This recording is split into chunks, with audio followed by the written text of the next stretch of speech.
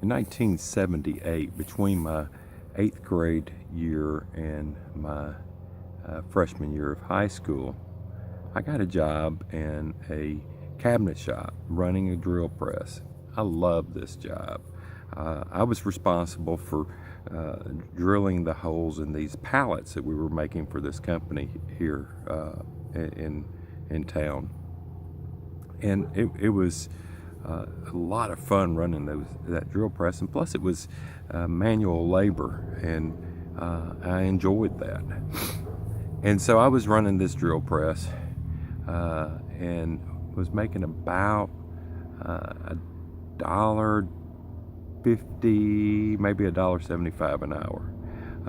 It wasn't much. It was way below minimum wage at the time. Well, I would say away. I think minimum wage was around $3 then. So it was substantially lower than minimum wage, but I didn't care. I was glad that I was not eating potatoes only anymore. See, my mother was laid off from her job, and we were on food stamps. God, I hated going to the grocery store. My mother whipped out those food stamps. I was so embarrassed. Shouldn't have been, but I was. And in order to make sure we had plenty to eat, my mother spent a lot of money on potatoes. And some days we would have potatoes 3 times a day. We would have, hash browns in the morning with maybe 1 egg and a piece of toast for lunch. She would make me a bologna sandwich and slice up the potatoes as thin as she could and kind of fry them where they come out like chips. We obviously couldn't afford chips, or I don't think we could afford chips. And then for dinner we would have some type of either a baked potato or, we were eating potatoes constantly, and I was getting tired of potatoes. And so I had this job, and I was making some money. I remember one week I worked 60 hours, and he threw me a $100 bill, and he said, "You keep the rest. You've worked hard this week." So I was able to save some money to get my school clothes, and I was able to eat something besides potatoes. We could actually have ham instead of bologna, or we could have rice and a salad. Salads were big treats because, as you know, produce is expensive. And so we get a salad because I was contributing. Well, one day, the owner of the cabinet shop was gone, and his son was working with me. Now, his son didn't mean to actually hurt me, but he was just playing a little joke. He took the drill bit off the drill and put it on my arm and burned a big old hole or a spot in my arm, and it was quite bad injury. And he said, "Oh, I am so sorry. I just thought it would be just a little warm and heat you up a little bit. I didn't know it would actually burn you." He said, "I am so sorry. Let's get to my house and we'll get you bandaged up."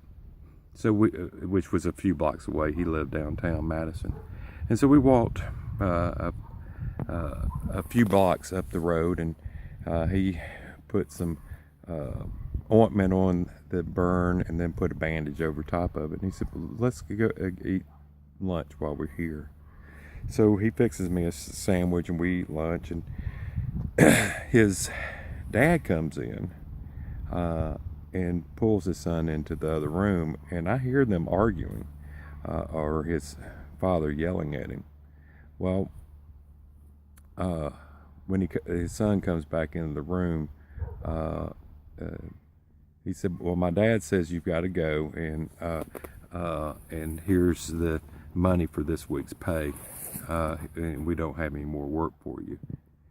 Well, I think what happened is the guy realized that, oh my God, I've got a 14-year-old working in my shop, and he got injured. I better make sure nothing else happens, or I could be in real trouble. So I think that's probably what went down. But anyway, So after this event, I was disappointed because now I'm going back to potatoes. I'm going to be eating lots of potatoes.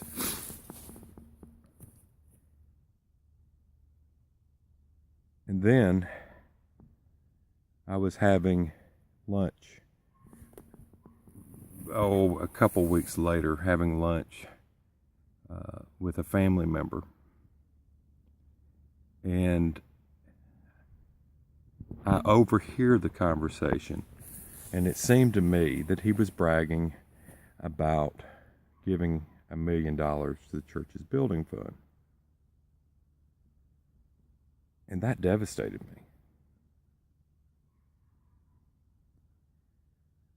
And I don't know why it devastated me. Maybe because I was eating potatoes and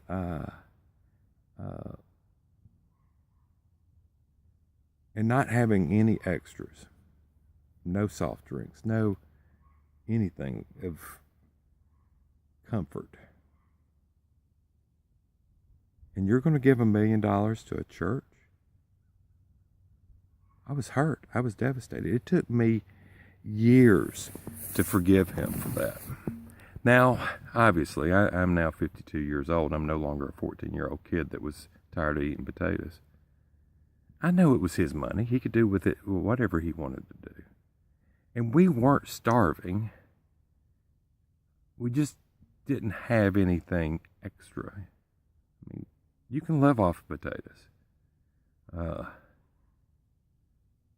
It's not fun to live off of potatoes, but you can live off of potatoes. So that, but a 14-year-old kid doesn't understand that. So how do you explain to an adolescent who is tired of eating potatoes why you can do these extravagant things for God, but you can't do it for Him? How do you explain that? I don't know. I'm still a follower of Christ, of the teachings of Christ. And I think if we don't want to give Christ a black eye, we need to make sure not only that we're doing the right things, but we're telling a narrative of why they're the right things. See you next time.